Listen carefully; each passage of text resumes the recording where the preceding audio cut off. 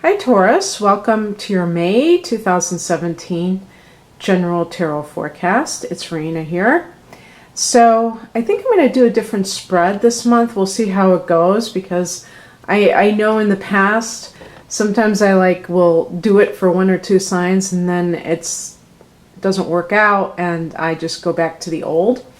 But sometimes I get this feeling to do certain things and I want to kind of honor those feelings. But I also wanted to tell you a couple of things before I lay out the cards regarding just the transits of May, because you're going to have your ruler, which is Venus, in Aries all month, and that's your 12th house. So how would that play out? Well, that was the sign that Venus first retrograded in. So this is a second run through that 12th house. And there can be some kind of revisiting of something, or resolving is probably a better way of putting it. But this could be in regards to something along the lines of a past life or twin flame or soulmate connection. And also I wanted to tell you too that at the very end of the month there's going to be I think it will be considered a conjunction with Uranus because it will be close enough in degrees. It'll only be like a couple of degrees apart. And I think actually the orb for a planet like Uranus might be more like 8 degrees. So it may even be up and running all month while they are both in that 12th house. I'm not exactly sure what they would consider to be acceptable for the distance between the two to be considered a conjunction. But let's put it this way. You're going to have Venus and Uranus in the same sign of Aries. And Aries is very combustible. Uranus is very unpredictable. And so it could be that you suddenly meet somebody who is from, a past life or a karmic relationship of some sort. To me, the two are the same. When you have karma, that means that you have a past life connection. It may not be a great relationship because karmic or past life isn't necessarily synonymous with, soulmate. It can be just someone that you keep running into lifetime after lifetime. Maybe it's your worst enemy. I heard actually that your twin soul could be, or your twin flame, that your twin flame could be your worst enemy. And that would be kind of an interesting theory. I don't know how accurate it is, but watch out too for clandestine romances. In other words, you're sneaking around behind your partner's back and having an affair. Because with Uranus there could be a sudden event, like a discovery that this is going on. There might be, which could lead to God knows what, all kinds of fireworks for sure.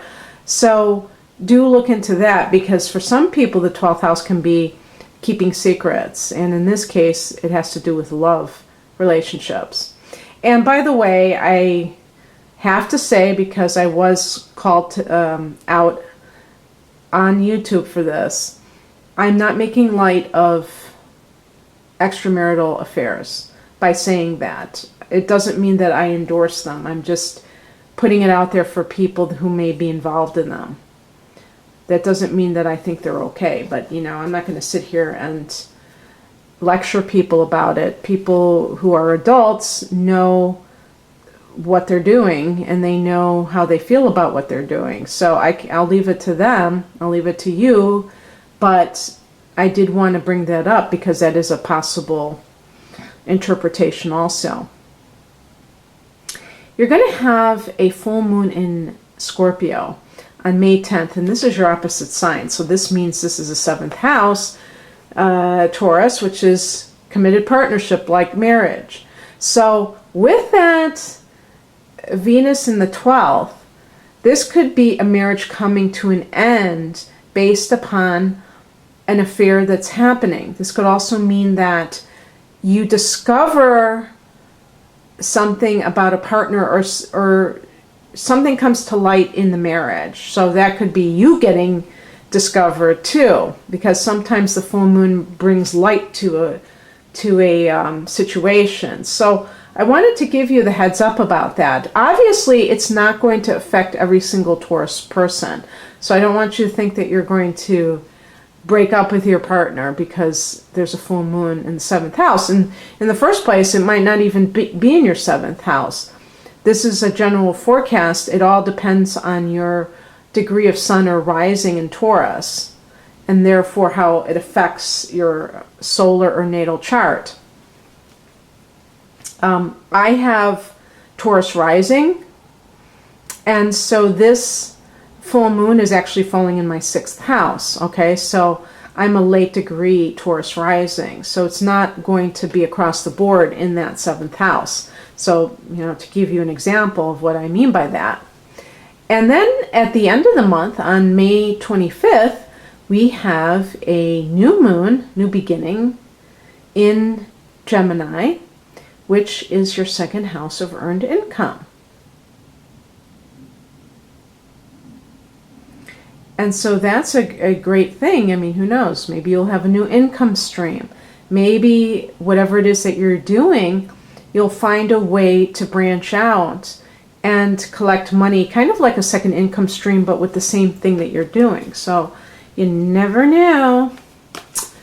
You never know. Okay, here we go. So this is a general forecast. So this could include any area of your life. What I do typically, gosh, I even forgot. Well, I'm going to actually, to tell you the truth, let me see how I'm going to do this. Yeah, what I'll do is that'll be the central theme. I was already going into my old pattern. And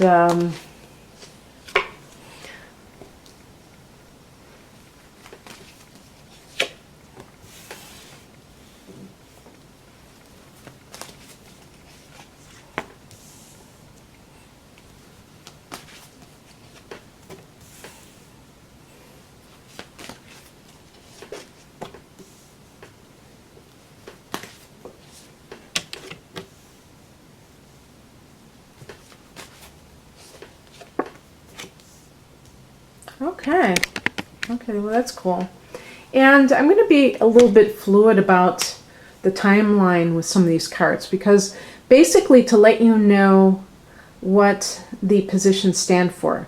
The top row is talking about the past influences or influences surrounding the situation, which is the middle row, the current themes, and the central card in the middle row is going to be the overall theme, okay?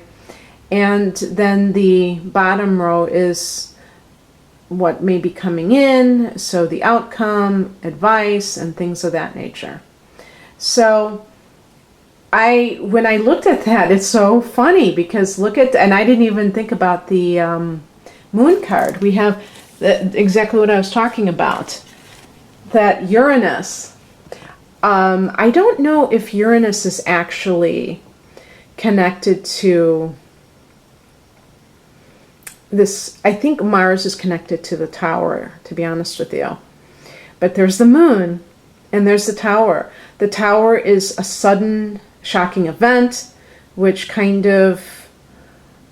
clear the air. It can totally uproot certain situations, but it can be a good thing, even though it can be very sudden and surprising. And then you have the moon, so it could be what I was talking about, May 10th, around that time of the Scorpio full moon, where something in your relationship gets kind of exposed and also just shakes things up.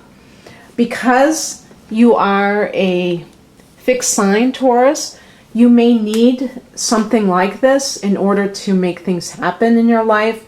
You may be the kind of person who has a tendency to hold on to things and relationships long after they have served a useful purpose in your life.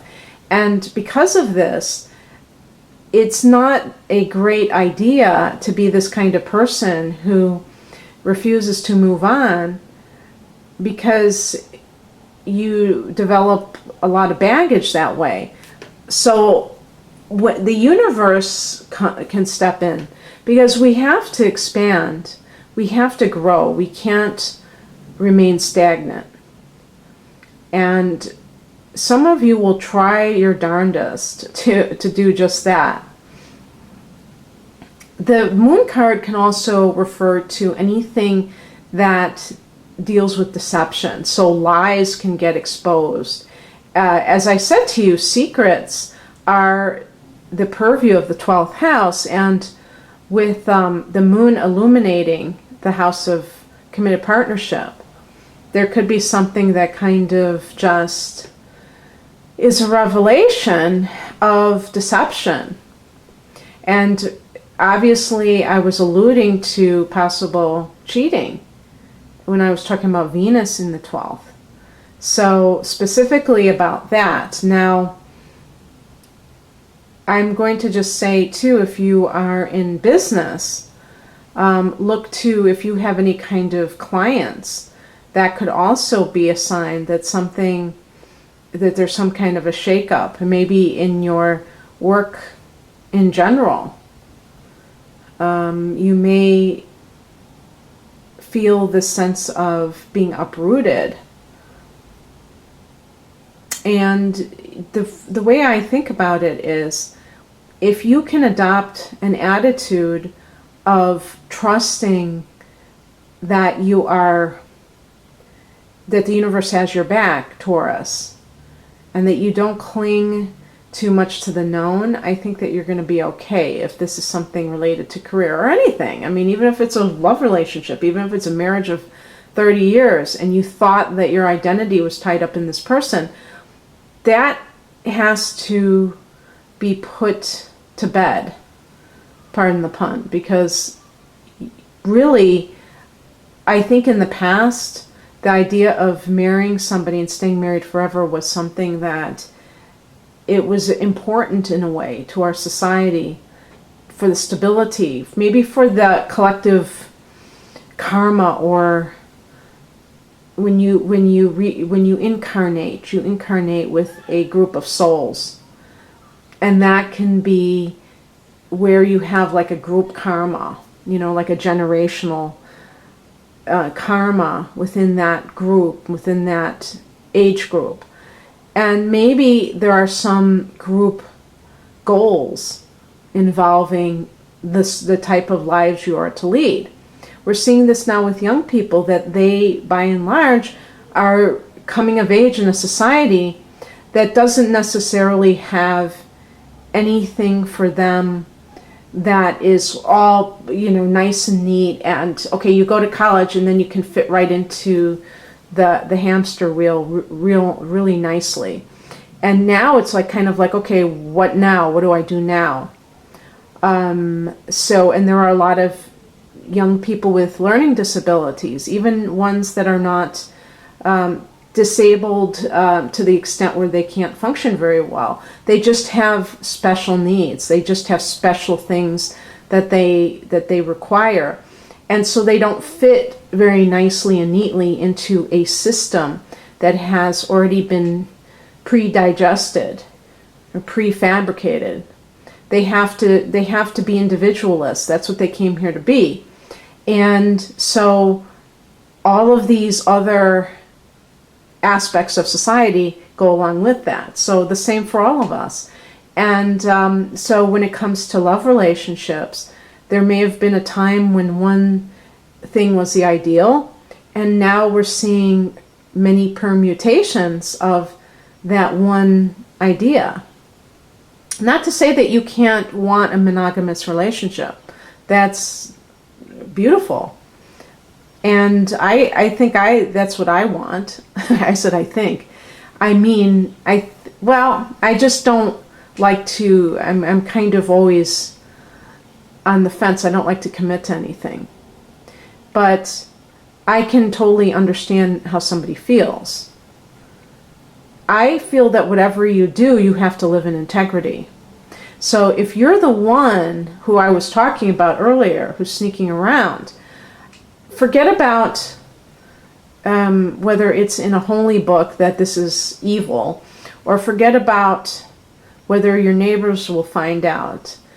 How does it feel to sneak around? I think that's the best starting off point. Does it make you feel good about yourself? And if you don't feel good about yourself, why not? It's typically because you're not living in integrity. You're pretending to be something you're not. And that tends not to end up well. If somebody's willing to sneak behind somebody's back and lie to them and feel like crap because they feel like they're a snake, then why not be totally honest with that person and let the chips fall where they may? Yeah, there are some extenuating circumstances sometimes, I'm not going to lie, but even those are typically temporary.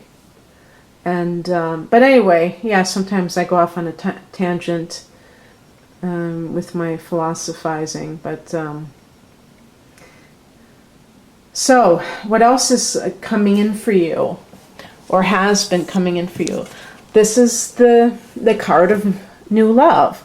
So again, this could be that person who is soulmate stuff. This is a cup.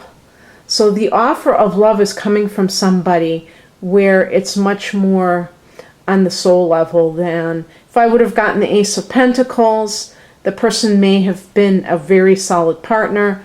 Maybe they had a good job. Maybe you would be able to have a very secure future, but it doesn't necessarily talk about love, and this does. So those three cards, it's very stormy, but the end result is this idea of new love coming into the picture. So that's kind of the overall influence. This could be actually a Pisces. I'm thinking Pisces because the moon, I think, is connected to Pisces. It could be a Cancer, though, because that is the card that crowns the reading. So I'm going to call this the focus card. So this might be an actual Cancer individual. It doesn't have to be a sun sign. Perhaps in some cases it'll be a rising sign, possibly a moon sign, anything, Venus and Mars even. That Cancerian energy is dreamy. It's very nurturing. You feel like they're taking care of you, that they care about you. They're like, are you warm enough? You know, that kind of mothering, even if it's a man doing it. And it's significant because you don't always see that in relationships or with, let's say you're a woman with a man. Men are not always going to be concerned if your socks are dry, you know, after the rain. And this type of person would be. He might cook. Because Cancer, I believe, rules the stomach, but definitely anything to do with nurturing another person. You might have this kind of an influence in your life. And for Taurus, this is great because you're an earth sign and you can really connect with water signs very well. Again, this person may have this in a different position than the sun sign, but you will feel that energy of what they represent.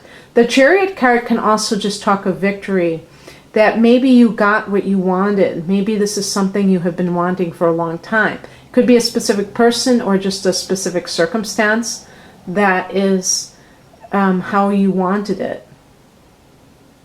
You're also, at this time, dealing with the Four of Swords. So, to me, because in May, you have, let me see, is there anything besides Venus? Well, you know, even just Venus in the 12th house, this can be a very good time for rejuvenation and spending time alone to recharge your batteries, Taurus, because the 12th house, I connect with the Four of Swords, and it's also good for reflection of the direction that you're going.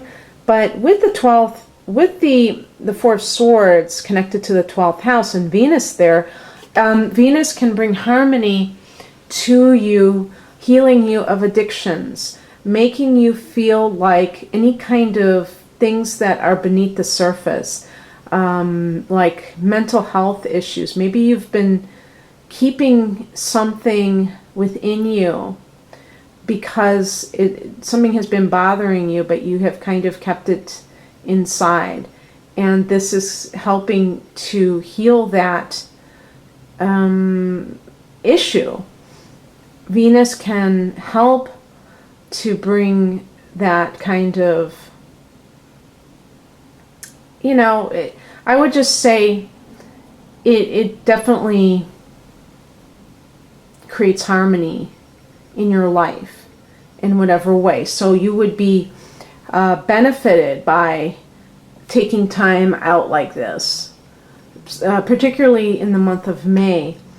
And this also, I feel, involves meditation, because the swords relate to thought. And sometimes if you get a lot of sword cards in one reading, there can be a lot of communication. Yeah, I should have said thought and communication. So it can be thinking too much, talking too much, and it's not that you have so many swords cards in this spread, but it may be something that happened in the past month for you in April that led you to this position where you feel that you are burnt out. And the Four of Swords, the number 4 connects to organization and making sure that you are not all over the place, and that's what meditation does. It kind of controls your thoughts so that they don't control you, basically. And what else is coming in is the Knight of Pentacles, but this is you. This connects to Taurus. So it could be that you're working a lot right now. You're dealing with, you have a very clear goal in mind of making a lot of money. And of course, as I say, at the end of the month, you'll have a new moon in this earned income sector. And you may be just like all about doing something along the lines of amassing money. Maybe it's for a specific time period because you want to have a certain goal. You have a certain goal in mind. What you want to do. Maybe you want to move. Maybe you want to buy a house. Maybe that person that you've met, you really think that you two can get married or have a life together, and you want to save for that future. But there may be some goal that you're really fixated on and you're very serious about. So, advice and outcomes, we have the Page of Wands. This could be what is coming in the near future is a message. And it's a message that knocks your socks off, Taurus, that makes you feel like so happy that something has transpired. It's always possible when you have met somebody new, as evidenced by the Ace of Cups, that there are delays. Maybe you're in a current relationship, as I had stated, so you can't just pick up and run away with somebody new. Maybe that other person is somebody who lives far away, and maybe you get word that they are going to be able to move closer to where you are, or they want you to come and live with them, and that makes you very happy. It could have to do with work, the Page of Wands, some news about your career, some, by the way, too, we are having Mercury turning direct in May. So as I record this, Mercury is in retrograde, and it can feel like you're in a pit of molasses where everything is moving in slow motion and it's taking twice as much energy to communicate. And I believe that as May progresses, Mercury goes direct on May 3rd. As it progresses, especially as it reaches the the 20-somethings, when it starts to go back to the degree where it was when it started retrograding, it's like boom, everything starts to move very quickly. And the Page of Wands can be getting this message that you've been waiting for. And oh my goodness, I wasn't even connecting the dots. This is the Yes card for the minor arcana. The major arcana is the Sun card of this. So it's the wish fulfillment card. Anything that you have been desiring could come true at this time, especially towards the end of the month. You may be very happy about something, and on the heels of the Page of Wands, it could be because of something you hear. Maybe it's something you read in an email, or just you get a letter, and it's like, wow, this is what I have been wanting. This is, I wanted to say too, that Venus, when it was retrograding, it actually went back into Pisces. And this happened, I don't want to get into the dates because sometimes I get confused with that. But it's actually started, it went, I think in early March or something, maybe early April. It went into Pisces. And that's your 11th house of hopes and wishes. So it goes back into the 12th house in Aries. And for you, Taurus, this, you're kind of, there might be some karmic connection to something that you have wanted. Maybe it's something that was predestined for you in this lifetime that you are meant to experience on a positive note. But it could be emotional because these are cups. So maybe it's that person that I was referring to that you may be involved with. For some people, it just may be some great news about your career. The 9 of Cups, you would think it would be emotional, but it can also be financially beneficial. And the outcome too is the Empress card, which is your card. So we got in the minor arcana your card and this one. So this is your month, Taurus. It really is. And it really literally is too, just in terms of astrology. Happy birthday to those of you born in May, as well as those born in April, because some of you will be listening then as well. And the Empress card, the Earth Mother energy, the sensuality, the love, the motherhood. So some of you may find out that you've become pregnant. Maybe that's the Page of Wands. You've been wanting to be pregnant. Who knows? Maybe that Moon card with the Tower, maybe it's you becoming impregnated, and it was like something sudden and you didn't expect it. And that's what that means. I actually think that the Ace of Cups can relate to news about a pregnancy, to be honest with you. So, wow. That could certainly be the case. But something very good and something that makes you feel like the sensual earth mother that you are, and if you're a man, being in touch with the feminine side in terms of, being a parent or being someone that can appreciate